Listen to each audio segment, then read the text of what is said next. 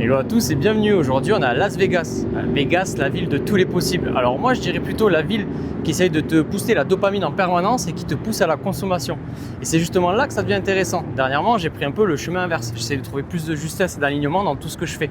Donc, je trouvais ça intéressant pour nous, mais aussi pour les personnes qui se trouvent de l'autre côté de la caméra, de se plonger dans un monde qui essaie en permanence de capter ton attention.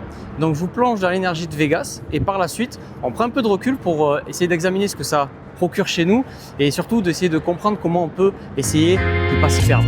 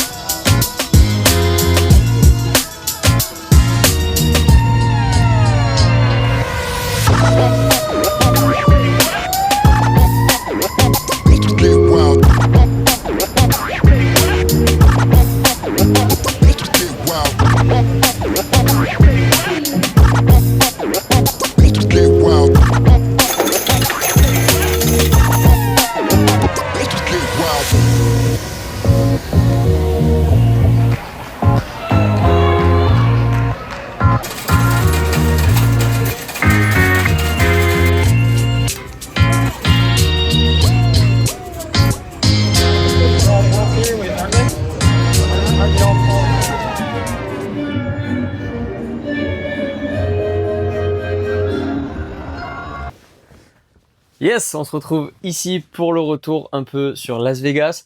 Alors on est dans mon camping-car, d'habitude je fais des vidéos en extérieur, des retours en extérieur. Mais là il pleut, alors on est parti de Las Vegas directement après, vous allez comprendre pourquoi. Et on est retour en Californie, à Los Angeles, et ben même à Los Angeles il pleut, alors les gens sont un peu étonnés, mais oui il pleut. Donc là pas trop de luminosité, et là pour la vidéo j'ai une petite chance, il y a une toute petite éclaircie. Donc voilà, on a une luminosité qui est pas trop mal. En tout cas on n'est pas là de toute façon pour la qualité visuelle des vidéos, même si j'essaie de mettre de belles images de temps en temps, mais pour surtout le retour et ce que je vais vous dire sur Las Vegas. Alors déjà, pourquoi on est parti? On a fait 3 jours là-bas, ce qui est déjà pas mal, et honnêtement, on sentait qu'on avait fait le tour et on voulait partir de là-bas parce qu'on est quand même dans une ville, et du coup on voulait retrouver un peu plus de nature, donc on est reparti en Californie, autour de Los Angeles. Actuellement, on est à Ventura, ça s'appelle une petite île au nord de Los Angeles. Pour Las Vegas, alors, par où commencer? Déjà, j'ai envie de dire, tout ce qu'on entend sur Las Vegas, c'est vrai. C'est-à-dire que oui, tout est possible, on peut faire ce qu'on veut. J'ai l'impression que c'est un peu un parc d'attractions pour adultes. Pour revenir là-dessus, il n'y a pas de limite. C'est-à-dire qu'on peut faire vraiment beaucoup de choses par rapport à d'autres États des États-Unis. Par contre, la limite, si vous la dépassez, il y a grosse sanction. Déjà, faut comprendre ça, c'est-à-dire que vas-y, fais tes expériences, fais tes bails un peu, voilà, si tu dois te bourrer la gueule, si tu dois aller jouer, si tu dois crier dans la rue, etc. Par contre, respecte celui d'à côté. Et ça, c'est une règle de base de toute façon aux États-Unis, mais encore plus à Las Vegas, j'ai l'impression. Ok, tu peux faire 2-3 dingueries, par contre, attention, il y a une limite à pas franchir. Donc ça, c'est la première chose. Mais du coup, ça ouvre la porte à pas mal de choses. Déjà, on va revenir sur les casinos. Alors, parce que c'est ce qu'il y a partout. Les casinos, de mon avis à moi et le retour que je peux vous faire, ils font tout déjà pour vous garder à l'intérieur des casinos. Là, on était garé à côté d'un casino qui s'appelle le Circus. Dedans, il y a une espèce de mini aqualand pour les enfants. Il y a un parc d'attractions, il y a un cirque, il y a des boutiques forcément. Tout ça dans le casino. Donc en fait, ils font tout pour que les gens viennent. Et j'ai vu des familles, ils descendaient de l'ascenseur en maillot, ils allaient à la piscine, ils remontaient, ils repartaient aux machines à sous. Donc et pourtant, on n'est pas resté longtemps. Donc en fait, ils restent vraiment dedans. Alors oui, ils vont se balader sur Strip Avenue, mais il reste beaucoup dans le casino. Donc déjà, ça c'est assez énorme. Et les gens, du coup, jouent et dépensent de l'argent. Alors là-dessus, on a fait notre propre expérience, hein, on n'est pas bête. Niveau budget, on essaie de se responsabiliser parce que un mois aux États-Unis, je pense que vous vous doutez, en camping-car, ça coûte cher. Mais on a mis 20 balles, on s'est dit, ok, on va jouer aux machines à sous et voir ce que ça procure. Honnêtement, je ne comprends pas comment les gens peuvent rester aussi longtemps devant une machine à sous. Alors, au fond, je le comprends. ils posent le cerveau et ils ont un peu cette petite addiction qui se dit ça va arriver, c'est ok, je suis au bon endroit, je vais avoir la chance qui va tomber et je vais gagner de l'argent.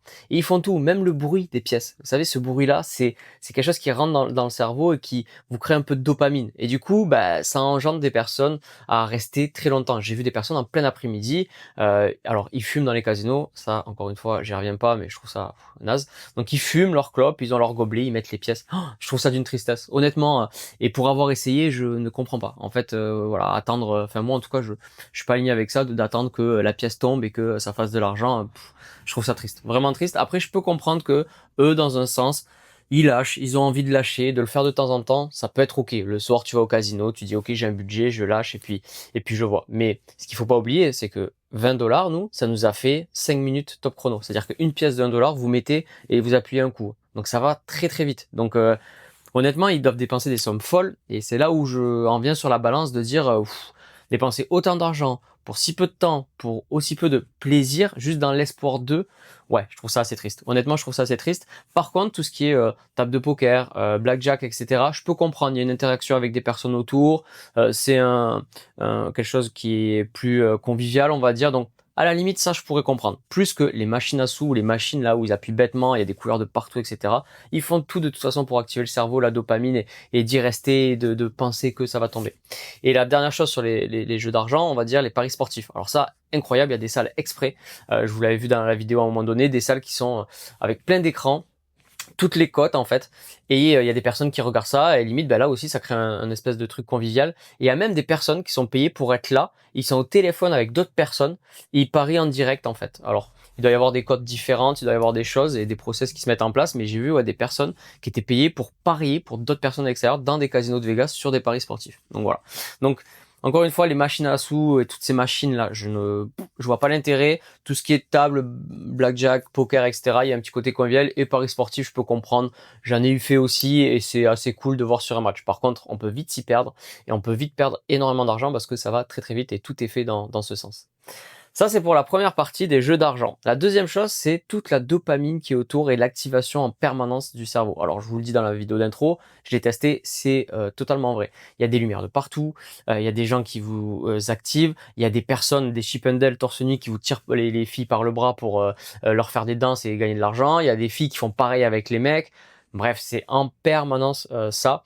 La journée, on s'est dit, bah, on va se balader la journée, voir ce que ça donne Vegas 2 jours. On est tombé sur une espèce de conférence qui est comment dire, un gros événement on va dire de voiture, on va dire de tout ce qui est motorisé. Et c'est les professionnels qui vont, mais c'est aussi accès au public. Donc en fait, il y a des grosses représentations et vous l'avez vu la vidéo, il y en a. Alors pendant 2 jours, toute la journée, il y a des amateurs, enfin des personnes qui ont je pense, des entreprises mécaniques, parce que vu à la voiture, à l'allure où ils crament les voitures, ils doivent avoir des entreprises pour changer les pièces. Ils tournent en fait sur un parking pour cramer les pneus et le moteur. Il y en a, ils pètent le moteur, il y en a, les pneus ils éclatent et ils sont trop contents. Ils sortent, ouais, c'est génial. Alors d'un côté, encore une fois, je vais pas faire le vieux con, je comprends totalement. Ils ont besoin de lâcher, ils ont besoin de libérer. Et il y en avait même où je trouvais ça bon enfant, ils sortaient, ils rigolaient. Ça m'a fait marrer 1 ou 2 fois. Par contre, là où je trouve ça chaud, c'est qu'il y a des personnes, pendant 2 jours, ils sont là à regarder ça. C'est-à-dire que tu prends de la fumée plein la gueule, tu prends du bruit, c'est infernal, tu l'entends dans tout Vegas, tellement ça fait du bruit. Et pendant 2 jours, ils sont là à faire la même chose. Waouh, c'est là, encore une fois, je pense que, comme on dit, le poison est dans la dose, c'est un peu ça. Un peu oui, mais moi je suis allé, j'ai regardé, ça m'a fait un peu kiffer. Par contre, passer toute la journée là-dedans et le lendemain y revenir et revoir des shows et revoir la même chose et recramer les pneus, etc. Il y en a un, il s'est quand même fait 24 heures de route en voiture, donc il a dû traverser les États des États-Unis pour venir péter sa bagnole et repartir, quoi. Enfin, j'exagère, mais c'est un peu ça. Après, je peux comprendre qu'il y ait du public, je critique pas. C'est juste que je trouve qu'on tombe vite dans l'excès, en fait. Et ça qui est dommage. Je trouve que c'est bien en soi. On peut venir profiter, faire des activités, se changer les idées, profiter de tout ça, lâcher prise. C'est totalement ok. Mais d'une, il faut être conscient de ce qu'on est en train de faire. Et je pense que certains s'y perdent et d'autres passent la limite. C'est-à-dire qu'ils vont trop loin. Ils arrivent pas à s'arrêter. Donc, c'est là où je trouve ça un peu dommage. Et c'est pour ça qu'on dit Vegas, la ville de tous les excès, ils font tout pour que tu sois en excès.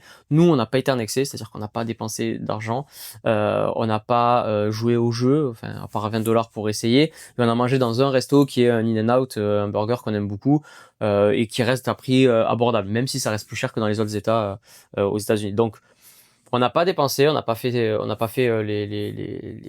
personnes ah dopamine, on y va, on consomme. Après nous, on sait maîtriser le budget. Certains se lâchent et ils sont là pour ça et ils ont raison. Et ça c'est ok, totalement. Et ils ont ce qu'il faut pour le faire. Par contre, ça tombe dans des excès. Donc voilà, on a fait le tour sur 3 jours. Ça s'est bien passé. On se sent sécurisé. Il n'y a pas de débordement. Encore une fois, alors que c'est Vegas, et comme je vous l'ai dit, il y en a ils poussent loin, il y en a ils sont un peu bourrés. Le soir, ils sont là pour faire la fête. C'est leur sortie d'une vie. Bon, bah ok, ils ont raison, mais par contre ça reste clean, c'est-à-dire que ils font chier personne. Et de toute façon aux États-Unis c'est très carré là-dessus. Et voilà, pas plus de choses. Il y a eu toute une ville quand même tout autour de Vegas, faut le savoir. Donc ça c'est le centre de Vegas où il y a les jeux etc. Mais tout autour c'est une ville, hein, ça vit. Il y a des quartiers etc. Comme n'importe quelle ville aux États-Unis et c'est très grand. Il n'y a pas que ce centre-là. Et alors on n'a pas testé les mariages. Tout ce que je peux vous dire, c'est qu'on s'est renseigné pour voir comment ça se passait parce que ça nous intriguait un peu. Je crois que c'est 150 $, vous vous mariez et c'est valable. Vous pouvez le reporter en France aussi, c'est valable. Donc c'est quelque chose de, c'est pas quelque chose, un gadget que vous avez. C'est valable, ça reste valable. Donc voilà, c'est un peu les choses qu'on fait quand on va à Vegas, se bourrer la gueule, jouer au jeu, se marier et ce genre de choses. Il y a plein d'autres activités. Honnêtement, vous pouvez faire du golf sur des rooftops, vous pouvez faire, franchement, il y a un nombre d'activités énormes, des concerts partout. Ça c'est vous avez des concerts, des spectacles, des artistes tout le temps. Ça, c'est assez cool d'ailleurs. Même si on a senti un côté un peu vieillot. C'est-à-dire que les spectacles qu'il peut y avoir et les artistes, alors on les connaît pas tous justement, c'est ça où ça pose un peu question, mais ça a l'air d'être un peu pour les vieux quoi. Même s'il y en a un peu plus jeunes, mais ça reste un peu vieillot. Donc voilà, il y a la Sphère aussi qui est sortie, donc la grosse bulle où dedans il y a des écrans etc. Un spectacle, je crois que c'est 150 € la place pour 1 heure. Donc on a dit non, on n'y va pas, on ne teste pas ça. Et après le reste des spectacles, il y en a qui sont des fois gratuits dans les casinos. Ben, justement, ils font venir le monde pour le spectacle et derrière, ben, ils espèrent que les gens consomment dans les casinos. Donc voilà, ce qu'il faut savoir, c'est que des fois sur les images, vous voyez des espèces de tubes en fer autour de la route. Par exemple, quand on voit les fontaines du Bellagio, ben, il y a quelque chose devant, comme des espèces de vitres avec des sièges. Ben, en fait, il y a le Grand Prix qui arrive dans 2 semaines maintenant à Las Vegas et du coup ils ont tout fait en fait pour accueillir le Grand Prix. Ça aussi sacré bordel, mais j'ai lu que ça ramenait des milliards à la ville, donc chacun fait la concession d'avoir des choses un peu fermées et au final les casinos s'y retrouvent largement. Donc voilà, c'était un peu aménagé pour le Grand Prix qui arrive dans 2 semaines et on sent toute une hype autour de ça et j'avoue que ça m'intrigue pas mal parce que maintenant que j'ai vu la ville, curieux de voir comment ils vont placer le Grand Prix dedans. Voilà, c'était la petite parenthèse de fin. Encore une fois, je vous dis cash comme ça sort 2 jours après. Ce que j'en ai ressenti pour donner un avis honnête, c'est ce qu'on voit pas souvent sur les réseaux. Oui, j'ai fait Vegas, c'était génial pour ça. Ou alors ils descendent Vegas au possible. Non, c'est une expérience cool à faire. Après, il faut savoir pourquoi on y va, ce qu'on va chercher et trouver sa limite. Si vous avez ça, franchement, il n'y a aucun problème. Et si même vous devez lâcher un peu plus il est, lâchez-vous. Je pense que ça va juste vous coûter cher au porte-monnaie. Mais une fois que vous êtes OK avec ça, allez-y, voyez ce que ça fait et prenez un peu de recul sur la suite. N'oubliez pas de vous abonner, ça serait cool d'avoir un peu plus d'abonnés sur cette chaîne et que ça puisse grandir, grow up et faire voir les vidéos à d'autres personnes. C'est pas moi qui fais l'algorithme encore une fois, c'est comme ça. Un petit like, un petit abonnement, le top, un commentaire, alors là, top, parce que j'adore échanger avec vous. Et là, à travers la caméra, c'est pas possible. Donc, le seul moyen, c'est les commentaires. Voilà, on se retrouve sur une prochaine vidéo. Le trip arrive à sa fin, donc je pense pas qu'il y ait d'autres vidéos sur les US, même si j'ai beaucoup de contenu et je pourrais en faire d'autres. Donc je donnerai plutôt mon avis ou autre. Mais voilà, on sait pas, je laisse planer le doute et on verra. Allez, ciao, à la prochaine.